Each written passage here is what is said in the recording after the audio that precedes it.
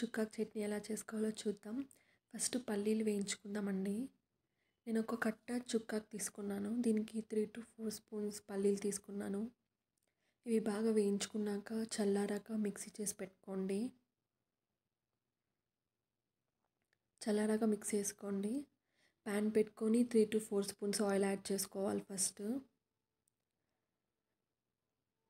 Oil heat ఎక్కాక ఆవాలు వేసుకుందాం.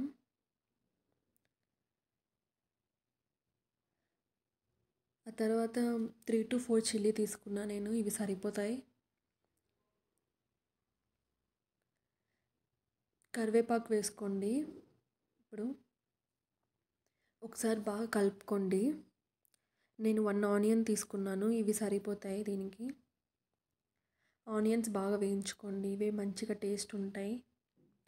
చుక్కాకు చట్నీ ముందుగానే చెప్తున్నానండి, ఇది కొంచెం పుల్లగా ఉంటుంది. ఎప్పుడు సాంబార్ పప్పు ఇవి తిని మీకు బోర్ అయిపోతే ఇది ఒకసారి ట్రై చేయండి, చాలా బాగుంటుంది.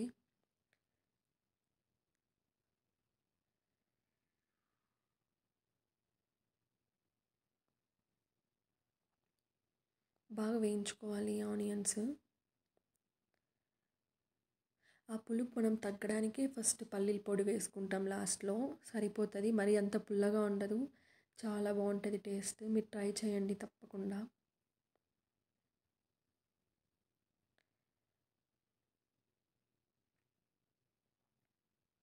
నేను మీడియం ఫ్లేమ్లోనే వేయించుకుంటున్నాను.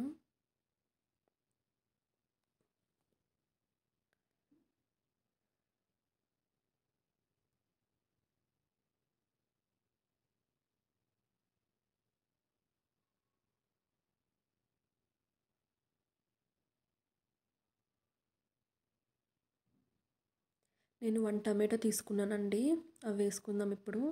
ఒక్క టమాటో సరిపోతుంది వీటికి. ఇవి బాగా కలుపుకోండి. ఇప్పుడు కొంచెం సాల్ట్ అన్న మీ ఇష్టం అండి, నేనైతే రాళ్ళుప్పు వేసుకుంటున్నాను. సాల్ట్ ఏదన్నా యూజ్ చేయండి, బాగుంటుంది. అవి టమాటోస్ కొంచెం సాఫ్ట్ అవ్వడానికి వేసాను. అప్పుడు చుక్కాకు ముందే క్లీన్గా కడిగి పెట్టుకొని కట్ చేసి పెట్టుకోండి. 2-3 టైమ్స్ వాష్ చేసుకోండి. ఇప్పుడు యాడ్ చేసుకోండి.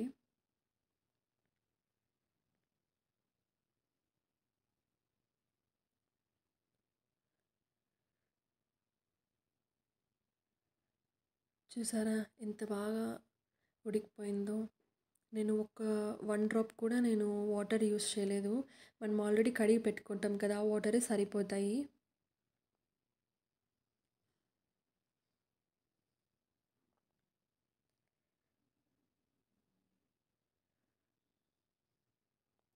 మీడియం ఫ్లేమ్లోనే పెట్టుకోండి, లేకపోతే మనం వాటర్ యాడ్ చేయలేదు కాబట్టి మాడిపోతుంది.